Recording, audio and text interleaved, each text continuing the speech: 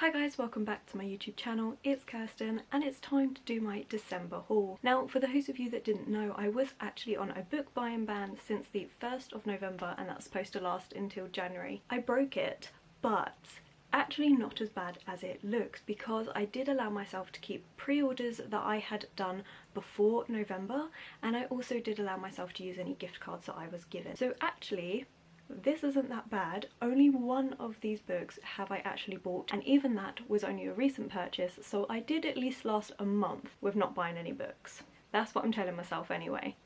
Let's get straight to the books this month. So one of the first books was actually gifted. I used a gift card for this, and that's Withering Heights by Emily Bronte, and I am trying to read more classic books. It's a goal I've set myself. I really want to see where our classics started from and what inspires us and what continues to inspire new writers as we go on, because I do find that a lot of the themes and stuff that we see now have originated back from our classic books. So I'm very excited to give this one a try. I don't actually know what this one is about, but I really enjoy Charlotte Bronte's Jane Eyre, so I'm interested to see what her sister comes up with. And another gifted book that I got is this beautiful copy of Children of Virtue and Vengeance by Tomi Adeyemi, and I just love these sprayed edges. It is beautiful. This is the second book in a series that is all about our main character who has magic. Now, we're in a world where people with magic have been subjugated and oppressed, and you're not meant to have it anymore, and to be fair, magic has been stifled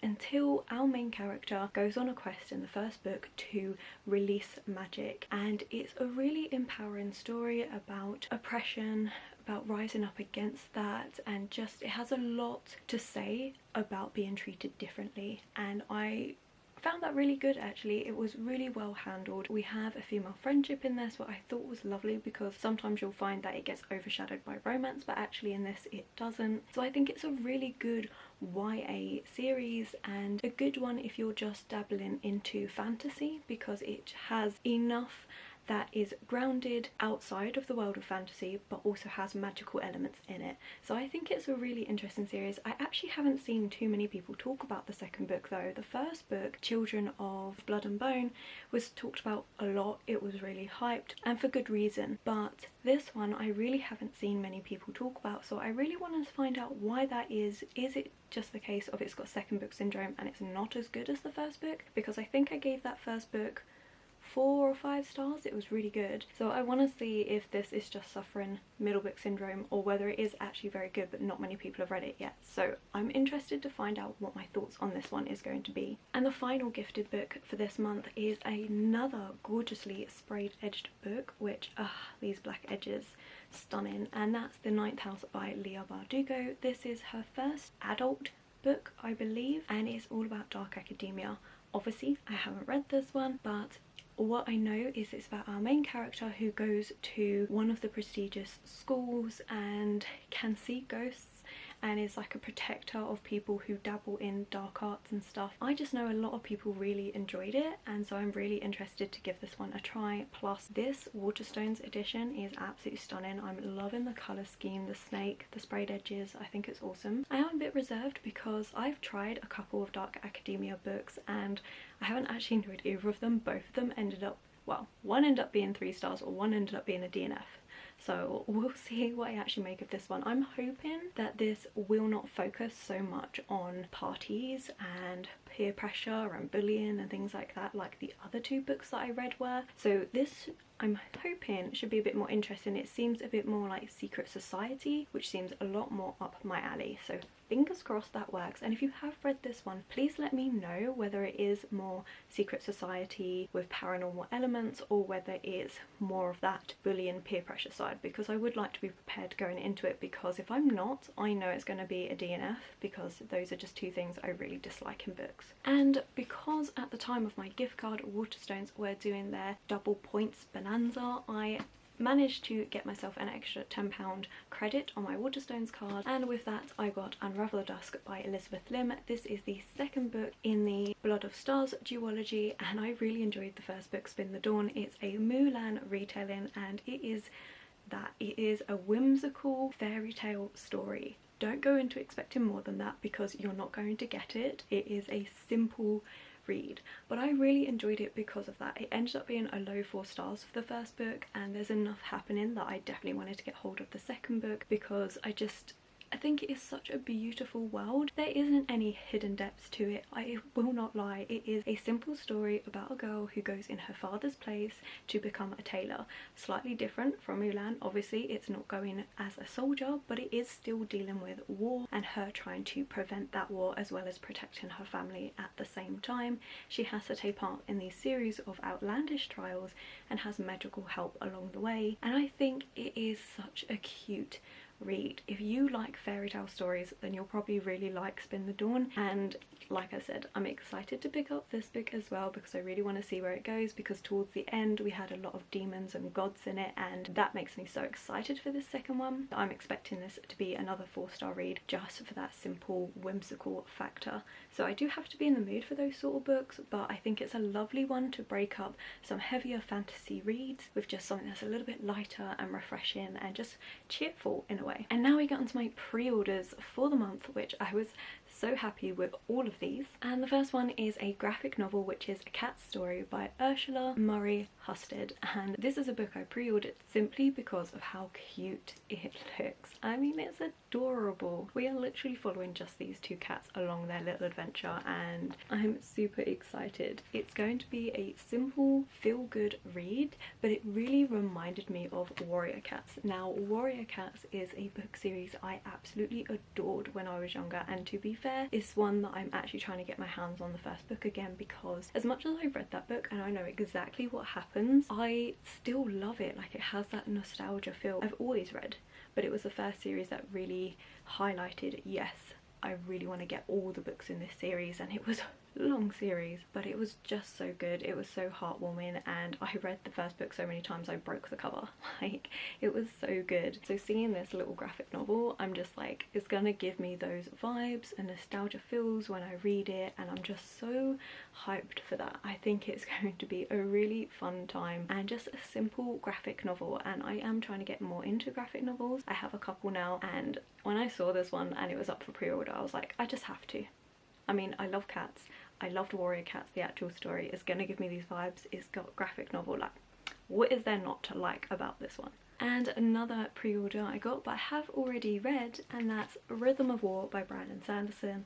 This is a beast of a book, and it was bloody phenomenal from page 1 to the last page, which was over 1200 pages long. It was absolutely brilliant. This is the 4th book in the Stormlight Archive, and I do think the Stormlight Archive is Sanderson's best works. It's absolutely brilliant, and in this 4th book we see a lot more tie-ins to the other books. So to Warbreaker, Elantris and the Mistborn trilogy, you have all of those little Easter eggs hidden throughout this, and I think it's so cleverly done. It's absolutely amazing. A very brief overview would be, we have 2 races at war with one another. There are other races in the world, but it's mainly these 2 races that are at war with one another, and then it overspills into everything else. And we are seeing this story from multiple different perspectives, from different people in the war at different levels. So we have a slave, we have one of the commanders, we have a girl who is trying to save her family. We have a lot of different things, and they all come together. And in this one particularly, we deal with a lot of mental health in this, which I think was really well handled. It was beautifully done. We get to see different characters that were more of side characters in the previous books, and we get to see from their perspective, and that was really well done. We also get a lot of the science behind the magic system in this, which is an amazing magic system, and the way they explain it in this with the science behind it is so well done. It is it's just amazing. If you like adult fantasy, give this a try. But I would recommend starting off with his other Cosmere works. There is an order to read them in. You can start off with Elantris, then the Mistborn trilogy, then Warbreaker, and then Stormlight Archive, and that's how it all works and flows together. And you will see characters in each one that are side characters that then link up together, and they all come together in the Stormlight Archive. Now, although I mentioned the order to read Sanderson books in, I would actually recommend watching Elliot Brooks' channel. I will have her linked below because she does dedicated Sanderson videos which talks about the reading order, how they all link together, and she's really good for that. So I'll leave that linked below because she will explain it much better than I can. And my third and final pre-order is a book I'm currently reading, and that's Lightbringer by Legrand. This is the third book in the Emporium trilogy and I love it. Now I have seen a few people that are a bit split on this series. You either seem to really like it or find it really like meh. I am one of those that love it. In the first book we are following two main characters. We have Riel and Elena, and they are on two different timelines 1,000 years apart. We already know how Riel's timeline is going to end because you see that in the very first chapter, but Elena is a completely new one. You don't know how it's going to go because she is set in the future. I think it's cleverly done. It's so brilliant. We do have the chop and change of each chapter is a different character perspective, but it always ends on a cliffhanger, so you desperately want to get to that next chapter with them in. It's just so well done. In this third book we have more character perspectives, which adds a bit more depth to it, but again it's still well done, so you still just want to keep reading. So yeah, brilliant story.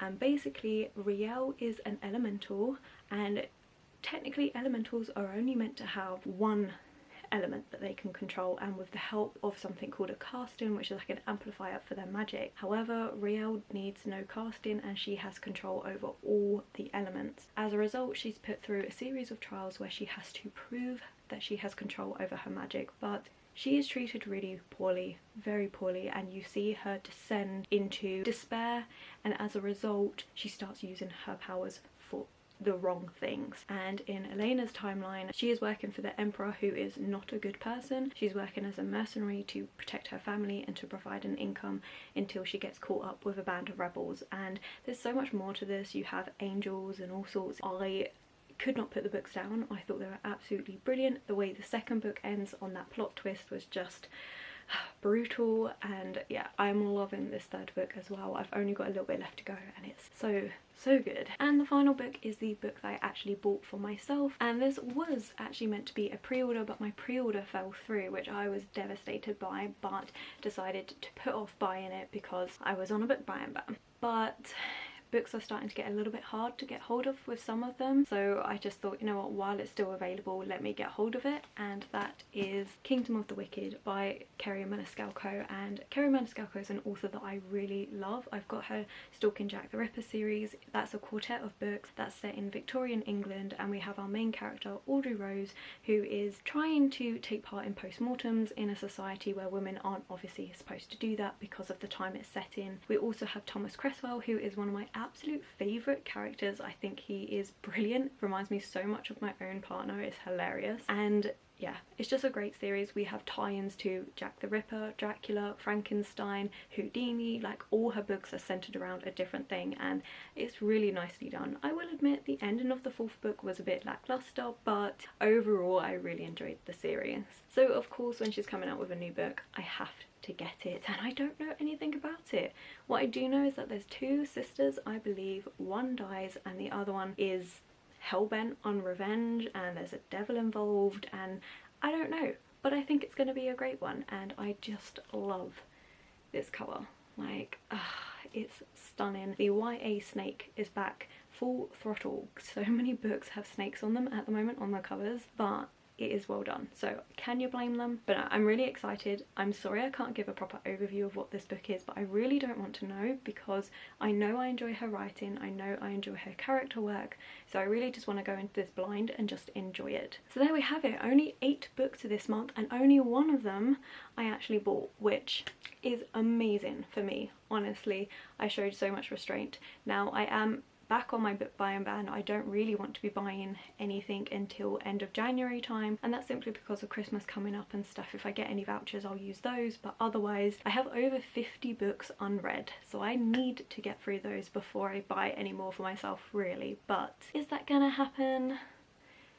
Probably not. Probably not. Anyway, do let me know, what's a book that you're hoping to get for Christmas, or what's a book that you've recently hauled that you're absolutely dying to get to? I'm always curious to know. And of course, if you have enjoyed this video, don't forget to give it a thumbs up and subscribe. All my social media links to my Instagram and Goodreads will be linked below, and I will catch you in the next video.